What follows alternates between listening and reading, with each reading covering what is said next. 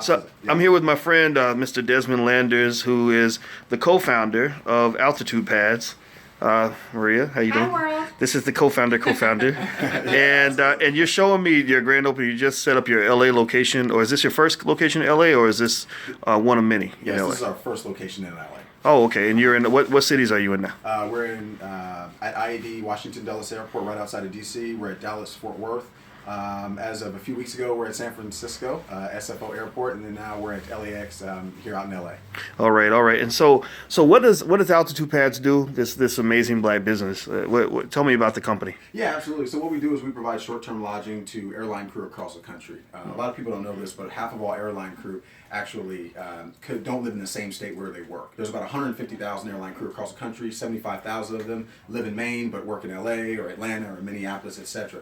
So, the question becomes, what do you do when you have to get on a 2 or 3 hour flight to get to where you need to go to work? You can't just turn around and go right back because that's really taxing on the body. So you've got to find a affordable secondary lodging option. So for most people, like business people, it's like, hey, I go into Charlotte from wherever I'm staying 4 nights a week. I work with Bank of America. The hotel is going to cover my hotel room. The company's going to cover my hotel room, or I'm going to cover it out of pocket. Well, with airline crew in this greater super commuter market, if they're paying out of pocket, that can get very, very costly. And if you have a family and a mortgage and kids are in another school system back home, you're not going to uproot your family to move to where you work, even though it would be better for you.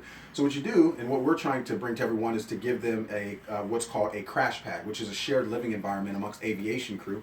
We're going to expand this over time to business people as well. But then you get a shared living environment like this. So if you think about it like, a hostel, for example, you're not going to be in there with college kids in a dorm situation, but, to get a room and then to have 3 or 4 people, responsible people, clean people in the room at the same time, it can significantly lower your lodging costs. And then that creates, that makes your commute and your job in terms of the transportation and lodging expenses more affordable. So you can continue to stay there. You don't have to have a lot of trouble back home. Okay, so you said that you used to focus just on airline crew, though, but you're now expanding to like super commuters. What are super commuters? Yeah, absolutely. Super commuters are kind of a segment of the population where they commute 2+ hours to work every single day. For some of those people, it's 2 hours one way, and then also in the morning, and then 2 hours in the evening. So you're looking at anywhere from 2+ hours. Some people do 7-8 hour commutes. I mean, it's ridiculous. Like, for example, I read in an article in your city in Chicago, 8% of the workforce in Chicago actually is in this super commuter group. So really? they commute from Indiana, they commute sometimes from Ohio, from a lot of different places. Milwaukee, for example.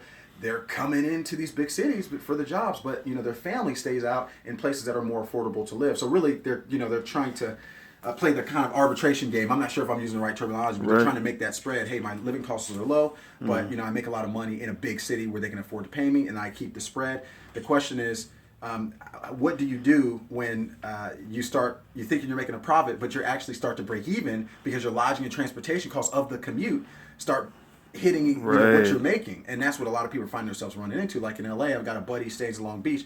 He's like, man, I drive all the way to Hollywood every single day, but I'm making more money. But when I break down the actual numbers, I'm making less than I was when I was in Long Beach. And that's this whole commuter problem we're trying to solve. Interesting. So you have super commuters in major cities, and you mentioned I'm gonna get some of the stuff you got on the wall here, and you mentioned that you said San Francisco, L.A. Give me the other cities again. Dallas, Fort Worth. Dallas, Fort Worth. Washington, Okay. Dallas. Washington Dulles. Okay. What other cities are you expanding to? I try not to say this stuff before it actually happens, but we're coming to your city. We've been saying this 6 months ago, right? But waiting on the hotel to open. Yeah, we're waiting on the hotel to come. We're coming to Chicago, actually. Really? Yeah, Okay. in the next 60 days. Okay, so people that want to sign up and support your business, where can they go? Yeah, they can go to altitudepads.com. Okay. Right now, we're focused purely on airline crew. We want to make sure that we do our best by them to make sure they have a good stay, good environment, and we're building out a national network for them. But over time, we're going to be able to reach out to business people, probably like yourself, that are watching this, to create an affordable, safe, and mature situation to where you can room with other folks, network, do all those things, and keep your lodging costs low.